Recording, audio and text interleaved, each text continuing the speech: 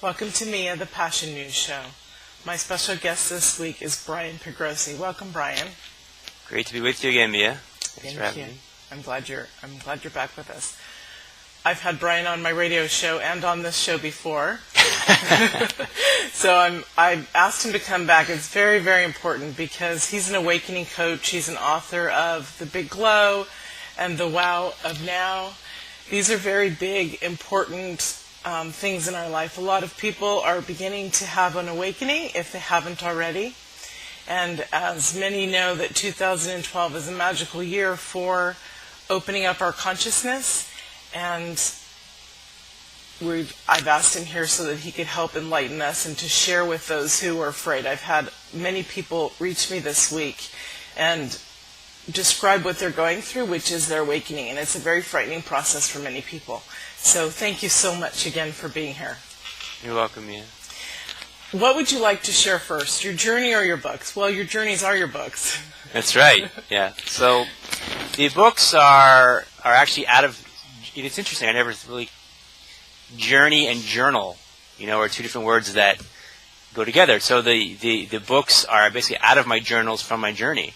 Mm-hmm. And I kept journals for many years and would write down different insights, different ideas, different shifts in consciousness, different poetic musings and prose and little pearls of wisdom, and gather over time. Felt that there was enough that it would really be beneficial to share with people. That would benefit them as well. And it's really, the journey is really, there's different ways of articulating with words what the journey is, but it's really a journey into authenticity. It's really a journey into the truth and the essence of who we are. And so on an energetic level, even beyond the words, I think when people open this book, the intention is that they can feel that, and they can feel that invitation to open to that authenticity within themselves. And there's two books that you have. The first one is? First one is The Big Glow, and the second one I have them here. Yay. Oh, that's the back cover. Well, we like that too. That was a few years ago. Yay. A year ago. Okay. And then these are the front covers. The Big Glow and The Wow of Now. Wonderful. And I love, which obviously the sunrise is a very symbolic of the deity and the divine awakening. Beautiful. Well, wonderful. So, proceed. Sorry. This one here is the second book, and we made it small. I made it smaller intentionally. It's thicker, but smaller, so you can just kind of stick it in your pocket or your purse, or and just take it with you to the beach or to the for a hike, and just open it up and really. These books ideally they're read somewhere you can connect with the larger surroundings around you, with the rhythms of nature, and really open up in a deeper way through connection. Wonderful. It is beautiful how you mention nature, because when we are out in nature, we tend to soften and become more attuned to listening to ourselves and what's inside of us. Your journey happened starting, was it 10 years or 15? Years ago. I can't remember. I started when I was 20 years old. The journey started then. So a long time ago. When I was halfway through college, halfway through the university, and I had an illness that came on very strong, and didn't go away. It just maintained, persisted. In fact, it got worse. I started to go see different doctors, and wasn't getting any real answers as to what was happening. I was getting, people suggesting different things and wanting to prescribe different drugs, but everyone was saying something different, and no one seemed to really know what was going on. So I felt like I needed to find out for myself. I needed to go deeper and really find out what was myself. And I started to uncover pretty early on the mind-body connection. And that opened up a whole other realm for me, because then I realized that the way we think and our emotions also affects our health, and our health affects our thoughts and our emotions, and they're two parts of one truth within ourselves. And so then I started to really explore and uncover, not just on the physical level, but more so on the consciousness level.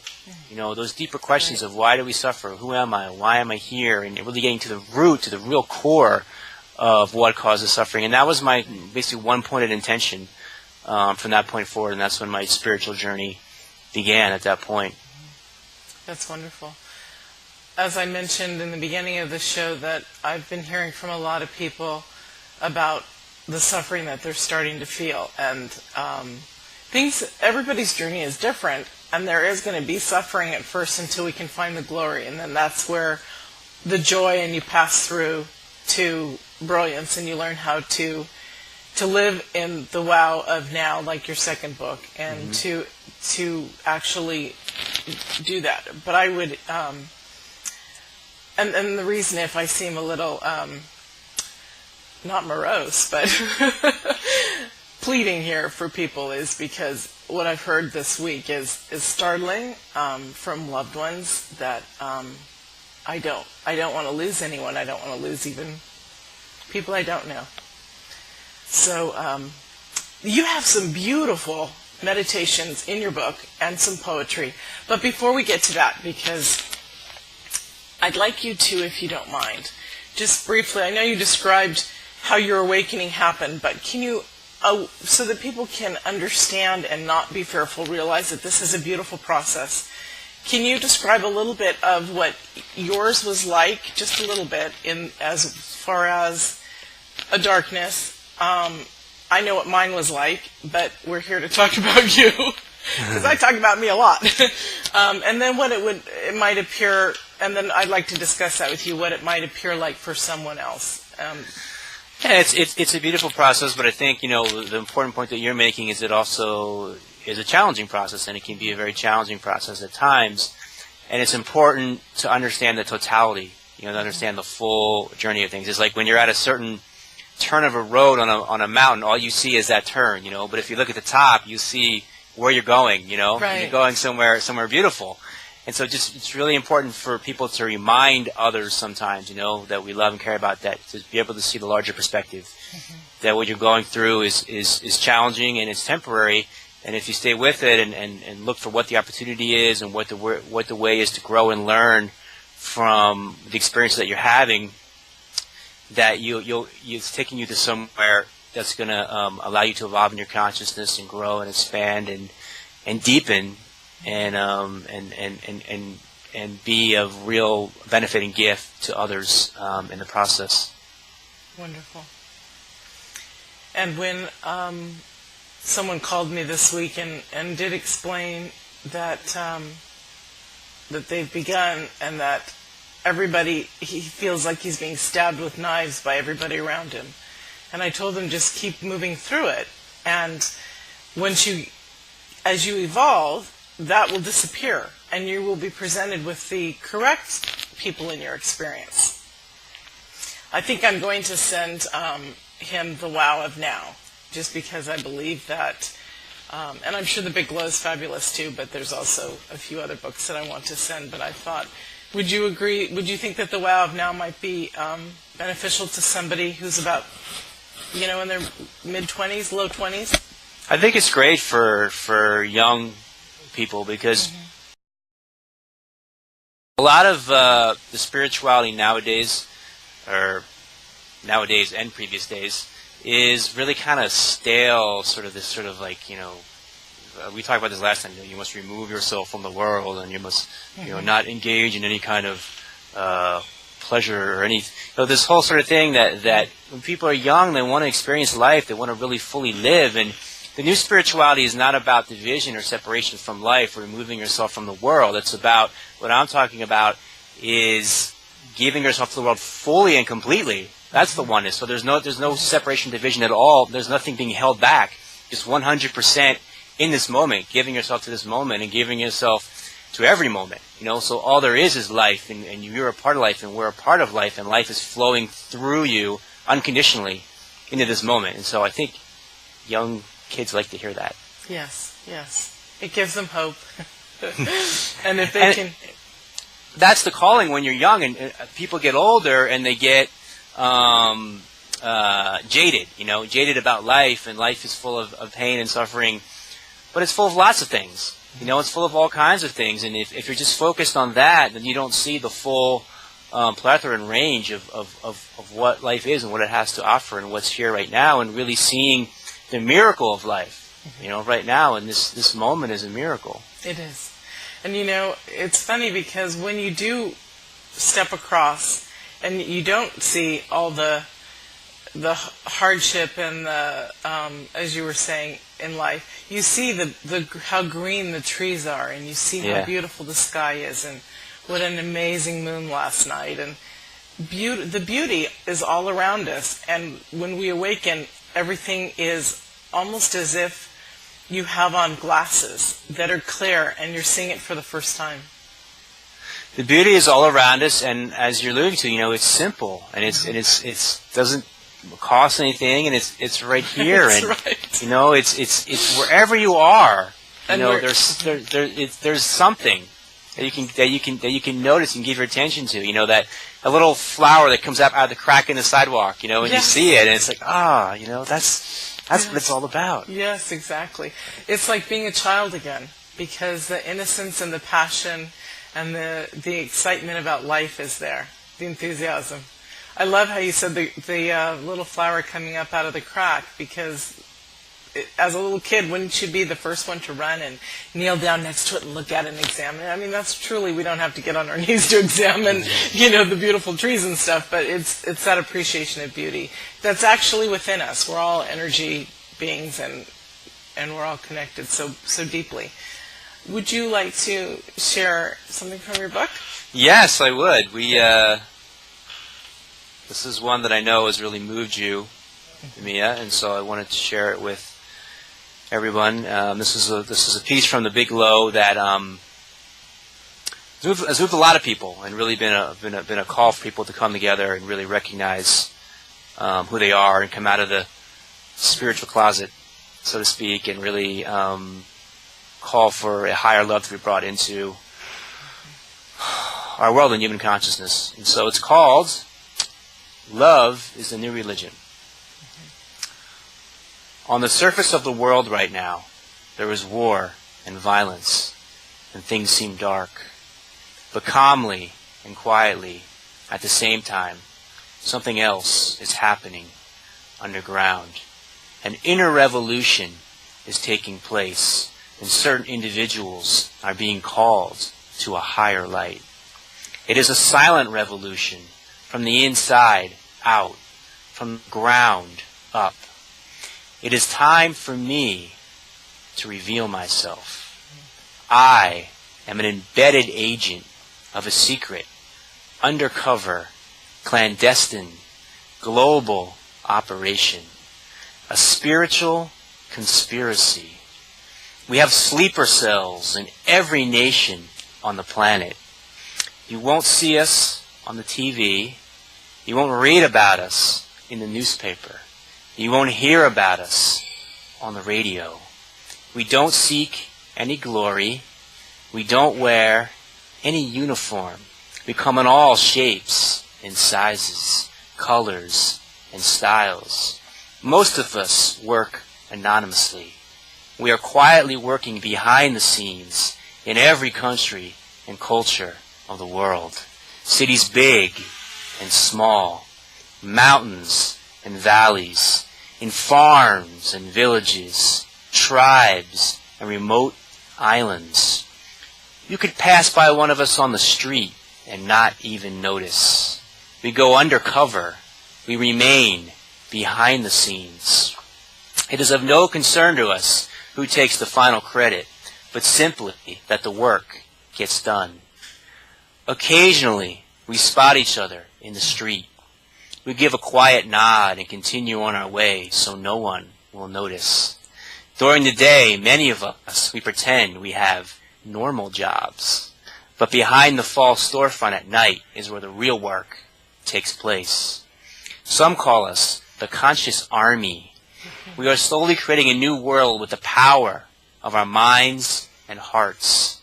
We follow with passion and joy our orders from the Central Command, the Spiritual Intelligence Agency. We are dropping soft, secret love bombs when no one is looking. Poems, hugs, music, photography, movies, kind words, smiles, meditation and prayer, dance, social activism, websites, blogs, random acts of kindness. We each express ourselves in our own unique ways with our own unique gifts and talents. Be the change you want to see in the world. That is the motto that fills our hearts. We know it is the only way real transformation takes place. We know that quietly and humbly we have the power of all the oceans combined. Our work is slow and meticulous, like the formation of mountains. It is not even visible at first glance, and yet with it, entire tectonic plates shall be moved in the centuries to come. Love is the new religion of the 21st century. You don't have to be a highly educated person or have any exceptional knowledge to understand it. It comes from the intelligence of the heart, embedded in the timeless, evolutionary pulse of all human beings. Be the change you want to see in the world. Nobody else can do it for you. We are now recruiting. Perhaps you will join us, or already have. All are welcome. The door is open. I love that. I still love that. The first time I heard it, you saw me tear up. This time it has moved me, but this time I'm seeing it so differently. I'm seeing it in the eyes of, that's dang straight, right on. I mean, truly. We are an SIA, right, or a SIPA or whatever, Spiritual Intelligence Agency, and it's beautiful. It truly is. I mean, just... Yeah. I love it. And I can see how, and it makes everybody, I think, feel youthful. But I can see how that alone would really stir the souls of the adolescents and the, and then up through your 30s and, well, into your 40s. It's beautiful. Thank you for sharing it, and thank you also for writing it, because without people to be brave enough to move forward, then, we can't really share and let others dream and hope and know that and believe that there is a change. So that's wonderful. So yeah, go ahead. We want to feel like we're a part of something, and that's the essence of the spiritualization, is that we are a part of something. We're not disconnected. Whatever we do makes a difference, and whatever happens makes a difference to us, and that's the essence of the essence of the spiritual realization is of oneness. So when you realize that oneness, a sense of no separation, then we're a part of all of this, and what we do right makes a difference to all of this. It does, and those who are in that space see everyone as complete and already there, just knowing that they have to step right on through. Because as the universe is, or as God the Divine, we are already complete. We already have everything. We just have to recognize it. Right. I talked about this paradox. Where on the one hand it's like realizing the essence of who we are beyond space and time. Which is already full, and nothing that happens changes it. Nothing in the future, nothing in the past. It's, the essence of who we are is the same from 5 years ago till 5 years in the future, till 5 minutes ago, till 5 minutes in the future, till before we were born, till after we die. That essence is the same, and it's the same in all beings, Right. So that's the true spiritual awakening, is to recognize your own essence. Then there's a part of us within the realm of space and time that continues to evolve and grow and expand and has lessons and challenges, and so then it's embracing that part too. And when you can see both parts of those and not just be caught on one or the other, then you're dealing with the full totality of life. And I think that's the new teachings are really, I see them embracing both parts, and realizing that that's the true sense of oneness, is embracing the realm beyond time and space and recognizing that as our essence, and the realm in the realm of time and space, and the continuing evolution of our consciousness as an individual and as human consciousness. Mm-hmm. Some people will find that because of their paradigm or their programming, they might think they're not worth it. But everyone, you are worth it to take the step across, to take the time for yourself, to grow, to love yourself, to find out everything you can and ask as many questions to people if you have them, because you are worth it. I have found that people are saying, well, it's, I don't deserve this, or not that they don't deserve the suffering, but they don't feel that they want to take the steps forward to grow. But we all are worth it.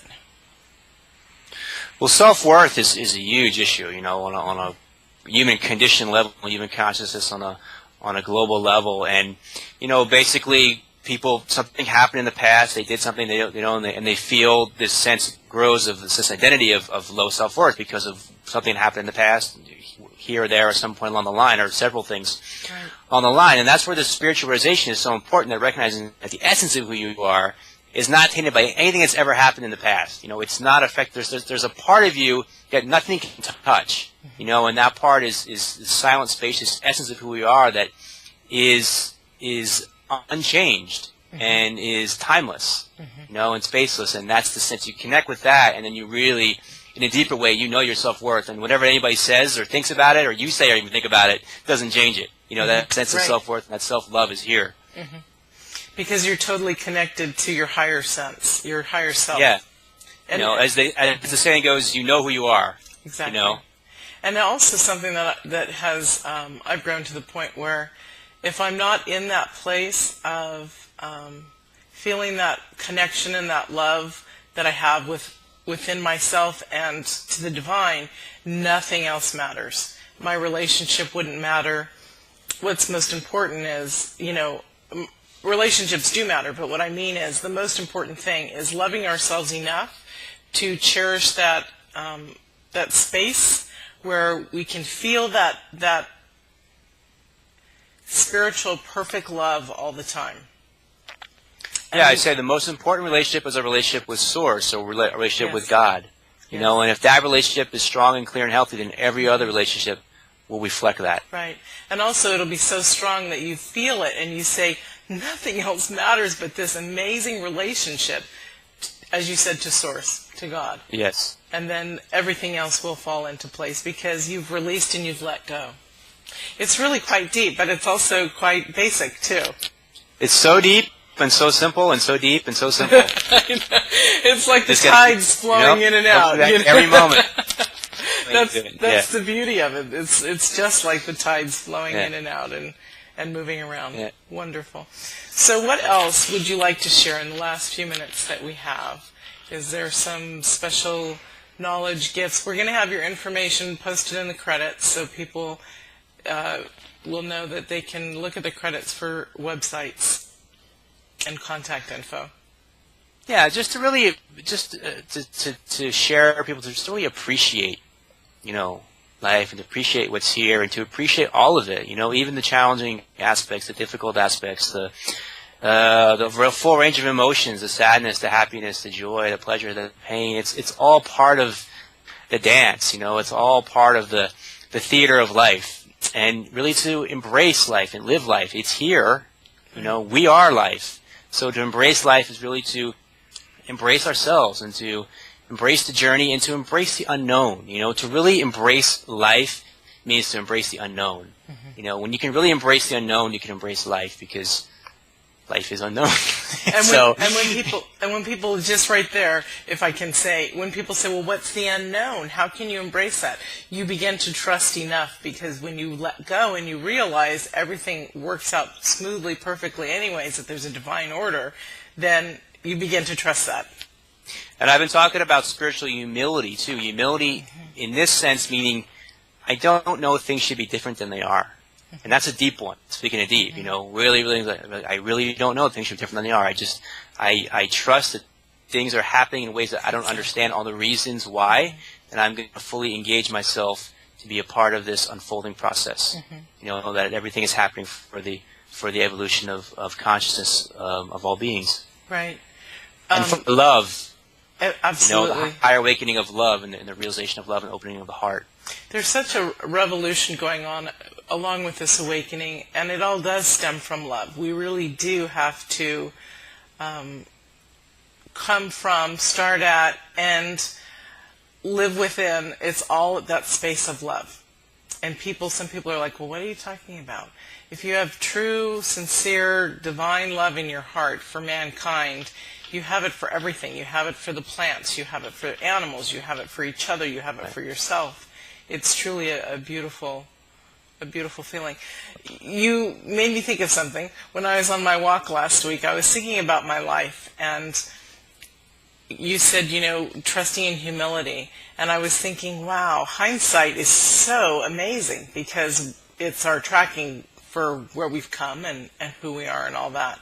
And if you look at it rightly, most of the time, people would say, at least I would say, I would still do it the exact same way because the growth and the results are so beautiful.